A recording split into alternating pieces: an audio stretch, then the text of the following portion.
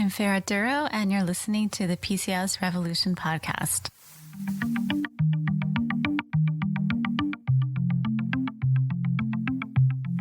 So I just wanted to do this Facebook Live today because some of you did have questions about your cycle, and we get that a lot actually as Chinese medicine practitioners, looking at the cycle like a report card. So I wanted to take a moment today to answer some of your questions that you posted in the group. And if you have any other questions, definitely don't hesitate to post them today during the Facebook Live. And so I wanted to just take a moment to also let you know that, wherever you are with your cycle, just be patient with yourself because change takes time. So it takes time. It definitely took me a long time to get my cycle on track, and it's a trial and error process. So some months you're going to be on track completely. It's, you're feeling great. And then other times you're going to see that your cycle kind of gets delayed a little bit, or you get a setback and you're, back at the starting line of, 30, 40, 50 day cycle. Well, 30 would be great, but 40, 50, 60 day cycle. And sometimes the cycle is not cooperating. When you want it to come, it doesn't come. When you don't want it to come, there it is. And so I wanted to go over a little bit about things you can do to actually help your cycle stay regular. And with PCOS, that's one of the biggest challenges. So you're going to actually have this information in week 12, some of it, and some of it is going to be different that we're going to talk about today. So basically, when we're looking at our cycle in Chinese medicine, we look at the period like a report card. And it can be that every month, if you have any spotting, you have clots, you have pain, that sort of thing, then that's actually telling us that we are having some issues that shouldn't be there. And we view any kind of pain or clotting as a problem. And there's a saying in Chinese medicine that where there's blockage, there's pain, and where there's pain, there's blockage. So I thought that today I was going to give you some strategies according to whether or not you have heavy cycles or light, or if your cycles are still highly irregular. So as some of you know, I started out with really long cycles, like sometimes occurring at 60 days to 70 days. And then when they happened, they were extremely painful. So I was kind of debilitated for many days, and I thought that was normal. And what I came to realize when I went to Chinese medicine school is that that's not normal. And so it made a lot of sense to me to address that because at the time I was 19 years old and I couldn't take birth control, and I was just really tired of feeling crappy. So I started with a treatment series with acupuncture at the student clinic, and I started seeing differences with my cycle. And what I noticed with the acupuncture treatment is that the cycles were not as painful, and they started to come a little bit more frequently. So I was not getting those long periods.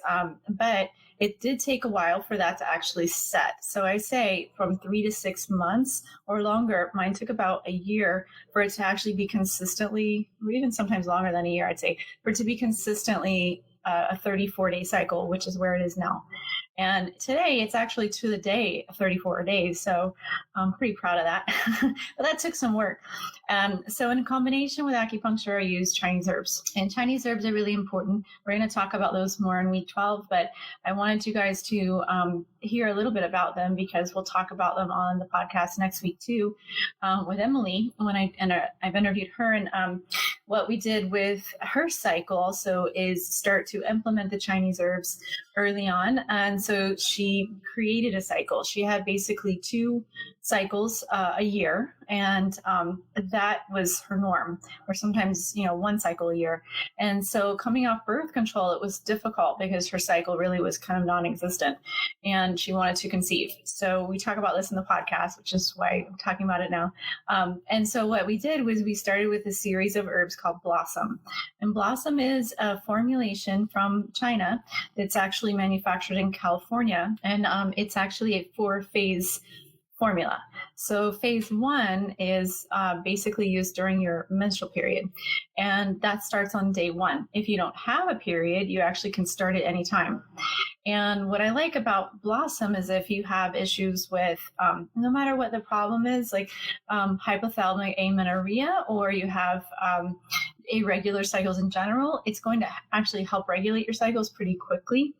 And we've actually had a lot of pregnancies just by using the blossom herbs. So if you don't do acupuncture, you can still do Chinese herbs. It's a little bit more effective, I think, if you can combine at least like a couple of acupuncture sessions a month, maybe one or two.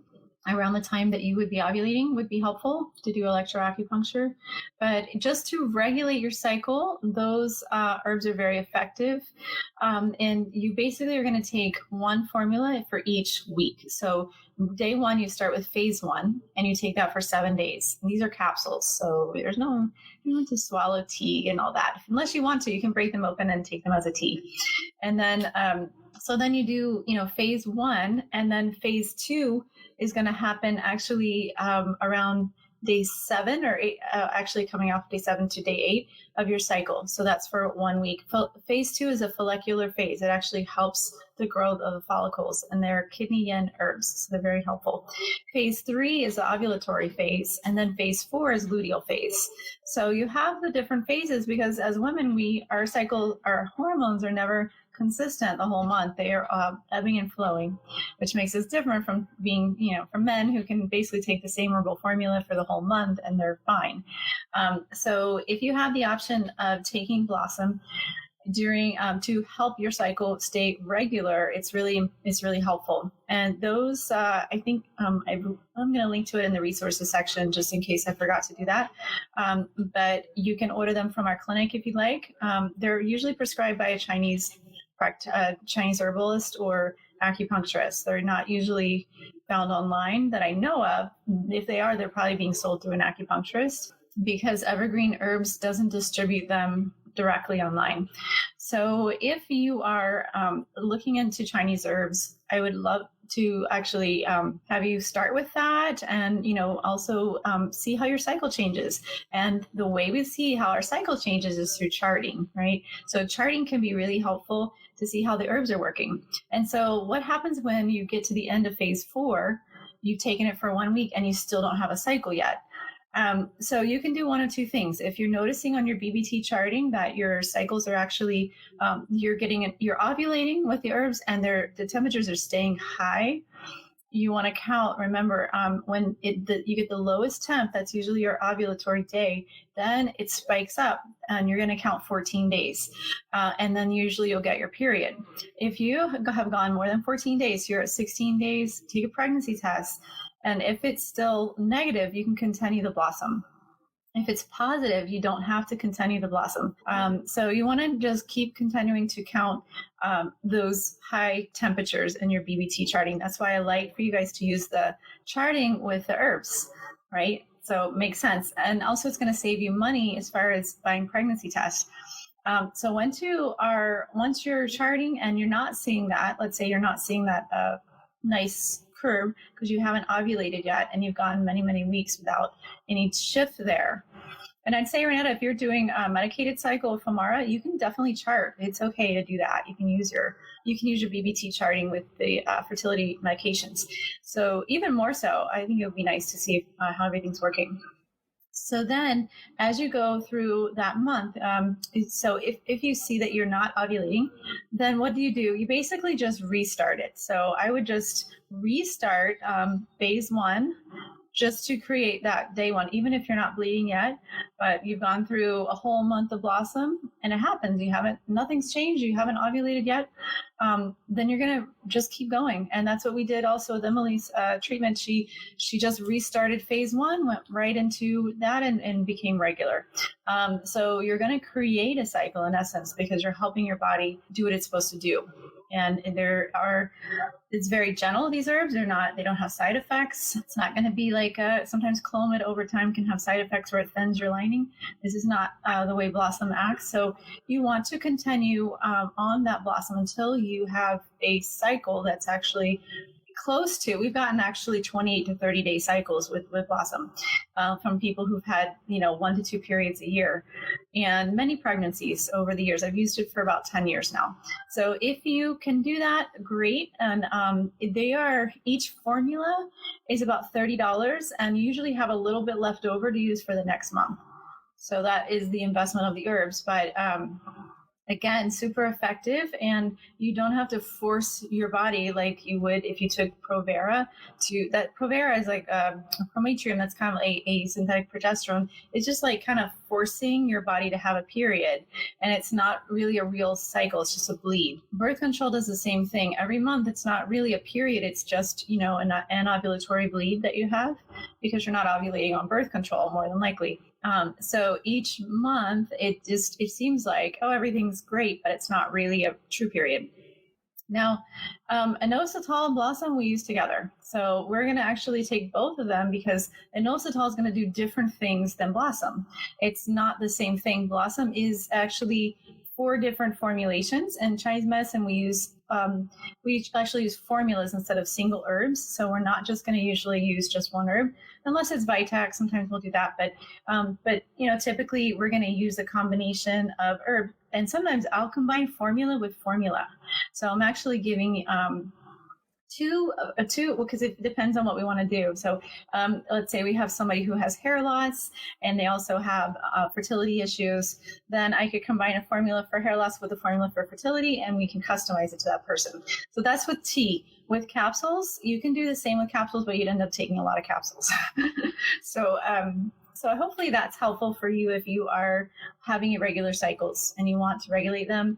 And you also just want to get your period on track. Even if you're not trying to conceive right now, you could take, that's recommended to actually take Blossom for like 3 to 6 months. You can use it as a preparatory formula for IVF. So this is important. I don't usually like to overwhelm people with supplements either. So if you come into our office and, it's like, okay, what do I need? I know there's so many things people are taking. So I try to narrow it down and say, okay, this is the best sort of thing for the moment right now that you need, like a good vitamin D supplement, the core prenatal or something that's a preconception vitamin with the right amount of folate, and the inositol. And omega-3 and Blossom. Those are our go-tos. We like to definitely, if we, are trying to work on getting the cycle on track or helping with fertility. So what happens if you came off birth control? We have a question about this. If you come off birth control and your cycles are not really that regular. So I'm sorry for a second, guys. I'm going to try to get to our group questions on here. So all right, so when we look at the cycle, so if your cycles are early or they're too frequent, then you're going to actually have too much heat in the body, according to Chinese medicine. And so we're going to look for cooling herbs. Okay, now I found my post. Here it is. I had to refresh it. Okay. Okay, here is the question. I just had my second period after being on birth control for 16 years. I'm concerned because I spotted for the first 2 days and I only bled for a day and a half. I'm worried this might be the beginning of the end for my period. Does the number of days you bleed matter with PCOS? So someone can have bleeding that is irregular, definitely, with when you're getting off of birth control, because you were on it for 16 years and your body was just trained not to ovulate. And now we're taking it away, and it's like going through like a withdrawal bleed sometimes. So sometimes that's just a cycle where you haven't ovulated yet, and it's a little lighter. Sometimes the cycles where you're not ovulating, you're going to see lighter flow. And even women who are not diagnosed with PCOS have at least one cycle a year that's an anovulatory bleed. They just don't recognize it because they're not charting or looking at it.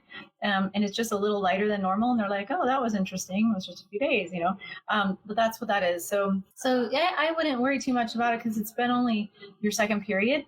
But I would suggest the herbs that would be beneficial for you, like we talked about. And that might become, that will help you ovulate, if you're charting and you did ovulate and this is what the period looked like, it could be another issue where your progesterone's a little low, so you're having that spotting. If you guys have spotting, that's usually a sign of the low progesterone that's happening during the luteal phase. So remember that spotting can also be an indication of endometriosis. So those are things that we don't like to see because we think that we can actually make a difference with that. And we prefer not to see spotting. And if it's like a brown spotting, that's kind of like old blood left over. So I like to do some movement, sort of with like recommending exercise or also getting massages, lying abdominal therapy, that sort of thing to help the circulation a little bit. I could just go on and on about periods, so we're not going to have enough time for me to go through everything, but I would say if you look at the consistency of the period, that's one thing. And, we have to make sure that if you have clots that we address that. So I would just recommend, if you guys are not used to using pads, to try using pads with your cycle this time so you can see what your period looks like. Because tampons are very misleading. You could use it and you're not actually seeing what the true picture is of your period. And also sometimes when you're using tampons, it has chemicals like bleach, dioxins in them, and they're not so good for you. So if you're using tampons, try to do a natural tampon. But better yet, you could use pads for sure. And try it at least for a couple months just to get to know your cycle. And you can use this on your chart. When you do your BBT charting, you could write out, different comments about your cycle. So that being said, the color is important. Yeah. Okay. So clots are definitely something to address. So what I would say to you is that if you're having clots, we need to work a little bit in like customizing an herbal formula that's going to help with that. We use something called Resolve Lower. So in your case, if your cycles are clotty, we're going to address that first, and then we'll probably do Blossom. So for instance, when I went to China, it was really crazy because I was working in a hospital there, and I was like 22 years old, and I went to this Chinese herbalist doctor of gynecology who was a senior doctor there, and he'd been there for like 50 years. And it takes, they say, a long time to even learn what pulse diagnosis is in Chinese medicine. It could take 40 years. So I'm halfway there learning pulse, but he looked at my pulse and said, you need to be on this formula for 5 years. And that's how long it really took for me to have cycles that just kind of were coming and going with no big deal. And actually that same formula I conceived my son and my daughter on. So that was a really, really specific way. I use that formula in our practice all the time, but it is actually, you can modify a tea that's actually taken weekly to work with your cycle to actually get it straightened out. And just know that if you are looking at clots as terrain inside the uterus, it's kind of like rocky soil where the embryo has to implant on a nice fluffy cloud, right? And we'd rather it implant somewhere that is not clotty, because that's a symptom of blood stagnation in Chinese medicine and poor circulation. So it's important to address it. If your period will stop and start sometimes, like you'll see it coming and then you don't see it for a few days and then here it is again, that can be a symptom of phlegm. So we look at your diet for that. I know it sounds strange, but phlegm can go way down there in Chinese medicine. So we go, okay, are you eating dairy products?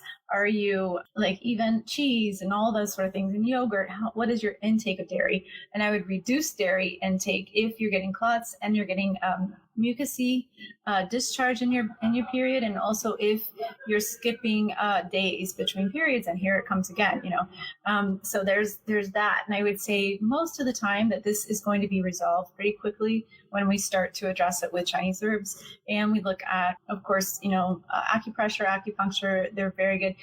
I would try some of the points that I give in the bonus acupressure section there too. A point called spleen 6. It's actually right above your ankle. If you put your hand, like here's your ankle, you put your hand like here above your ankle, you can press that point when you're having cramps. And also if you're having irregular cycles, you can just massage that point every day, and that's going to help. So okay, so took out dairy and gluten. Okay, so that's good. That's a good start. And so probably, it just takes a little bit of, so the formula I mentioned called Resolve Lower, I talk about it in week 12 also, but it's one of my favorite formulas for clotty periods and brownish discharge.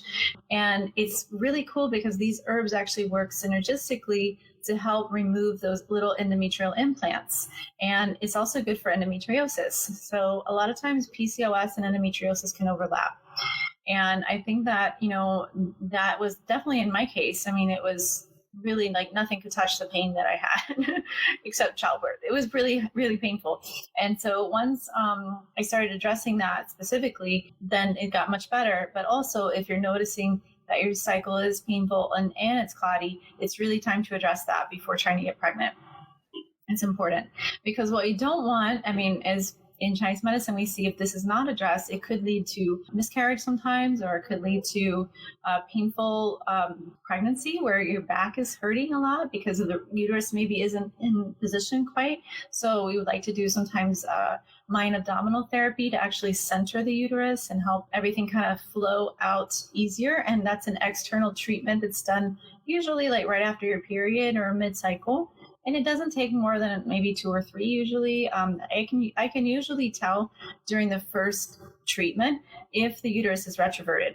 So retroverted uterus is going to look like this, like the cervix is tilted back, and painful intercourse sometimes with that. And also if you're doing IUI, they can't get the catheter in, like it takes like couple nurses or a doctor to actually come in and find your cervix because it's so hidden back there.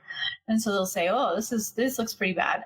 We don't know where your cervix is. So with our treatment, we try to actually help with that beforehand so that it's easier to find the cervix. And if it's hard for them to find your cervix, imagine how hard it is for the sperm to get there.